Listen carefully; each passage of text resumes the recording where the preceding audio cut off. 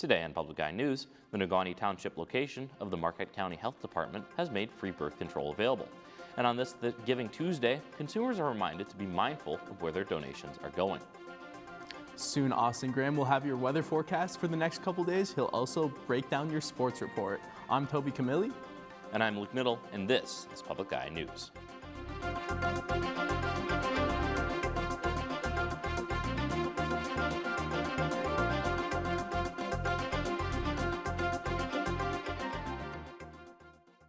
The Michigan State Patrol Negaunee Post warns to be cautious of skimmers in and around stores and gas stations. A resident of the Marquette area recently reported their card information to be stolen by a skimmer, a device that illegally collects data from machines such as fuel pumps. While there is no confirmation of the devices, residents should still be looking for signs of possible tampering. If there is any sign of tampering on a machine, do not use it.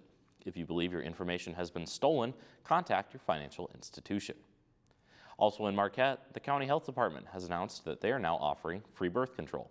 Options include emergency contraceptives, birth control, and condoms. This is a part of Governor Gretchen Whitmer's plan enacted in November called, quote, "Take control of your birth control," end quote. If you have any questions, stop by the Health Department and speak with a nurse or contact the MCHD at 906-475-7844. And the Women's Center of Marquette and Alger County has announced that more resources will be available to sexual assault survivors.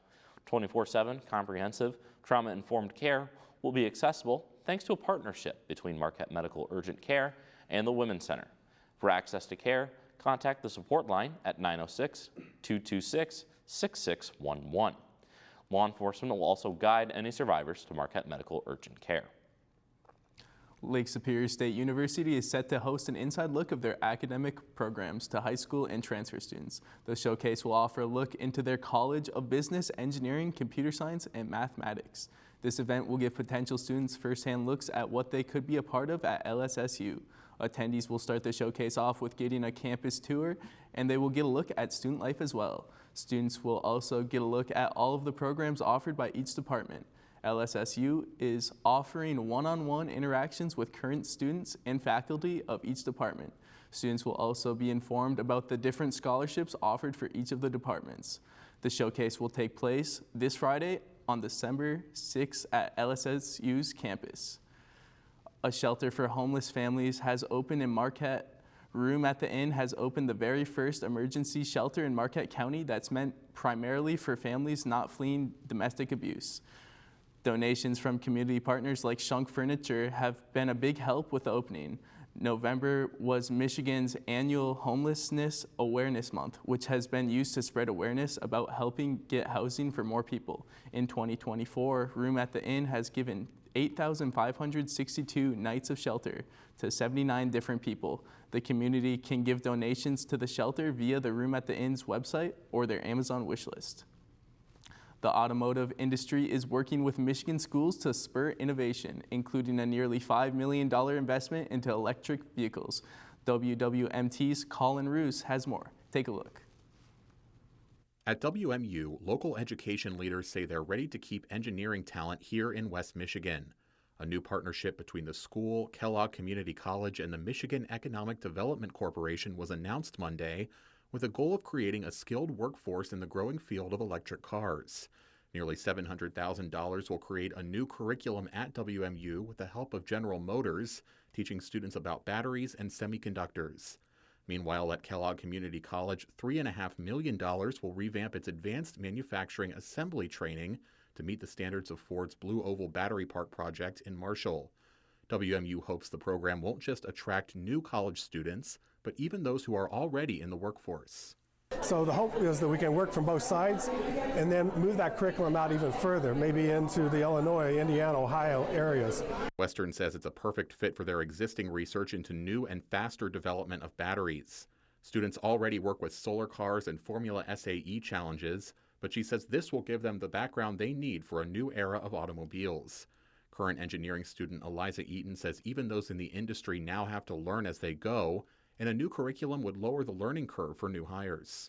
It's evolving so quickly that, it's definitely a challenge to keep up some days. With the Biden administration looking to bring semiconductor work back to the U.S., the partnership says the time to fill those jobs is now. They say the existing workforce in even an automotive capital like Michigan isn't enough at the moment, and that it's time to step up to meet the world's changing needs. This is our effort to really catch up to the rest of the country, to be able to invest in this type of effort, but no one else in the country is doing this type of work either.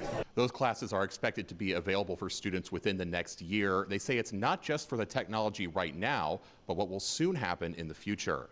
In Kalamazoo, Colin Roos, News Channel 3. Now don't touch that dial. After this short break, Austin's going to be back with weather and then statewide news. For the past 25 years, Henry Louis Gates Jr. has partnered with PBS to create programs that help us to see how we're all part of the American fabric that is woven together in a tapestry of backgrounds, experiences, hopes, and dreams.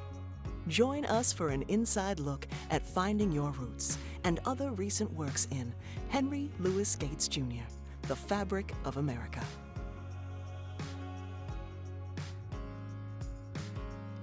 Welcome back to Public Eye News. I'm Austin Graham here with your weather update. Let's take a look outside here on the campus of NMU. As you can see, a very cloudy day, lots of snow on the ground. If we take a look around the UP, we can see it's very cloudy all across the peninsula. We are under a winter weather advisory. It's going to be covering much of the UP. We'll start off in Houghton with 23 degrees over there. Way over in Ironwood, 21 degrees. In Iron Mountain, 25. Way down in Menominee, 28. Now, if we move to the other side of the UP, more towards the east, we can see in Escanaba that it's 27, 28 in Manistee. A little snowy over in the Sioux. And back here in our beloved Marquette, it is 25 and cloudy. Now, if we take a closer look at those conditions, we can see that the winds are coming out of the southwest at 10 miles an hour, and our barometric pressure is 30.25 inches and falling. Taking a look at tonight, those clouds are going to stick around with the low of 24, and the winds out of the south-southwest at 15 miles an hour. And our moon phase will be a waxing crescent. Taking a look towards tomorrow, we're going to have some snow showers with a high of 30, a low of 19, and the winds coming out of the northwest at 30 miles an hour, and they could get up to 40 miles an hour as well.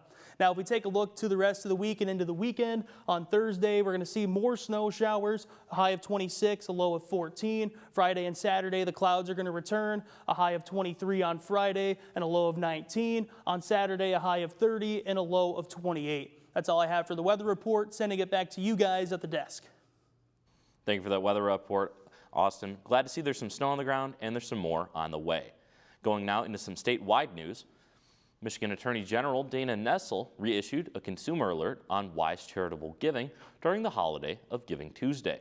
Before donating any time, money, or resources to a charity or organization, be sure to verify that the charity is credible. Users can check an organization's status on the Attorney General website, though not all charities are required to register, so many legitimate organizations won't be on the list.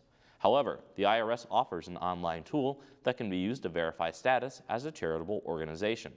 To file a complaint or for any questions, contact the Department of Attorney General at 517-335-7571 or at michigan.gov/consumer protection. And alongside Giving Tuesday, this week is Older Driver Safety Awareness Week, Secretary of State Jacqueline Benson announced. The Michigan Department of State is offering courses through the Safe Driver Smart Options website at michigan.gov/aging driver. The site provides resources for older drivers and is recognized for excellence by the American Association of Motor Vehicle Administrators. The website contains educational videos and tools, driver refresher courses, information on medication and possible health issues that affect driving, procedures for referring an unsafe driver for a driver reevaluation, and several other materials. For any other questions, contact the MDOS at 888-767-6424. And in the nation's capital, both sides of the aisle have responded after the sitting president, Joe Biden, decided to grant a sweeping pardon to his son Hunter. CBS News correspondent Jared Hill has more from New York.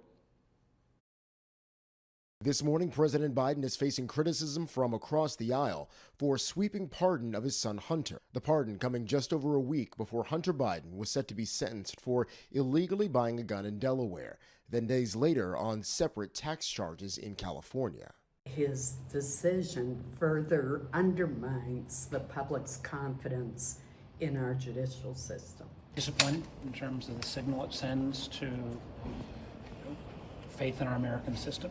The pardon clears Hunter Biden of all crimes he, quote, has committed or may have committed between 2014 and 2024, though repeatedly Biden had previously said he would not pardon his son.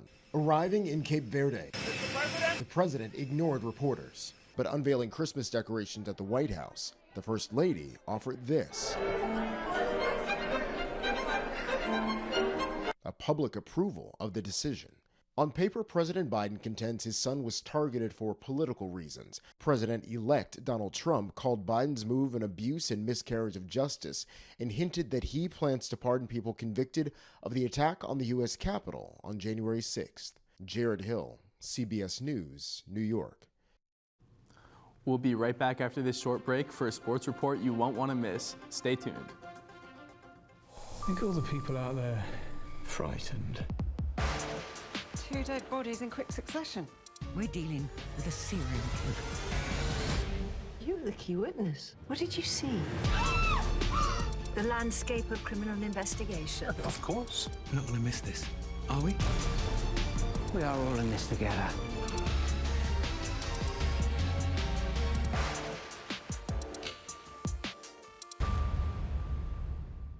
Welcome back. I'm Austin Graham, and this is your Public Eye Sports Report. Starting off with football, the Denver Broncos beat the Cleveland Browns on Monday Night Football 41-32.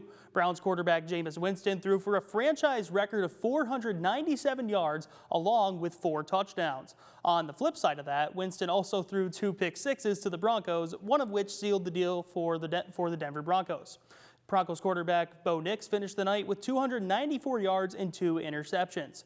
The Browns fell to 3-9 on the year, while the Broncos improved to 8-5 entering their bye week, with a 76% chance to make the postseason, according to the NFL. Dragging things over to hockey, the Detroit Red Wings are set to take on division rival, the Boston Bruins, tonight on primetime television. The Wings enter the game with a 10-11-3 overall record and a 1-3 record against division opponents. Detroit will also be without forward Patrick Kane for the 5th straight game, as the team has placed him on the injured reserve. However, the Red Wings have called up their top goalie prospect in Sebastian Casa under emergency conditions, but it is believed that Ville Husso will get the start tonight in Boston.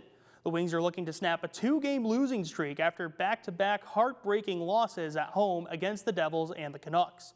Puck drop for tonight is set for 7. And finally, ending things on the hardwood, the Detroit Pistons are hosting the Milwaukee Bucks tonight at home in a must-win NBA Cup game. Much like the Red Wings, the Pistons have a losing record against division opponents so far this season, sitting at 1-4 in the Central Division. However, both the Pistons and the Bucks are 3-0 in NBA Cup group play. The winner of tonight's game will clinch the Eastern Conference Group B spot in the knockout round. The Pistons have a tough test, snapping the Bucks' 6-game win streak or holding a loss to 5 points to keep their wildcard hopes alive. Both teams will control their own destiny, with tip-off set for 7 p.m. That's all I have for sports. Back to you guys at the desk. Thanks for that sports update, Austin. The Milwaukee-Detroit game should sure be interesting with their group play. Oh yeah, I'm going to make sure to tune into that one. But I hear you have one more story for us. That's right, Luke. Bay College and the Escanaba City Band are coming together to offer a free concert. The event is a part of Bay College's Day of Giving. The concert will take place Tuesday, December 3rd at 7 p.m. in Bay College's Bessay Theater. Well, Bay College seems to be the place to be. They had that laser tag night a few weeks ago, and now they got a concert. Seems to be rocking. That's right. It's a great thing they're doing for a community. And with that, we are out of time here on Public Eye News Today. I'm Luke Middle. And I'm Toby Camilli. And we'll see you tomorrow.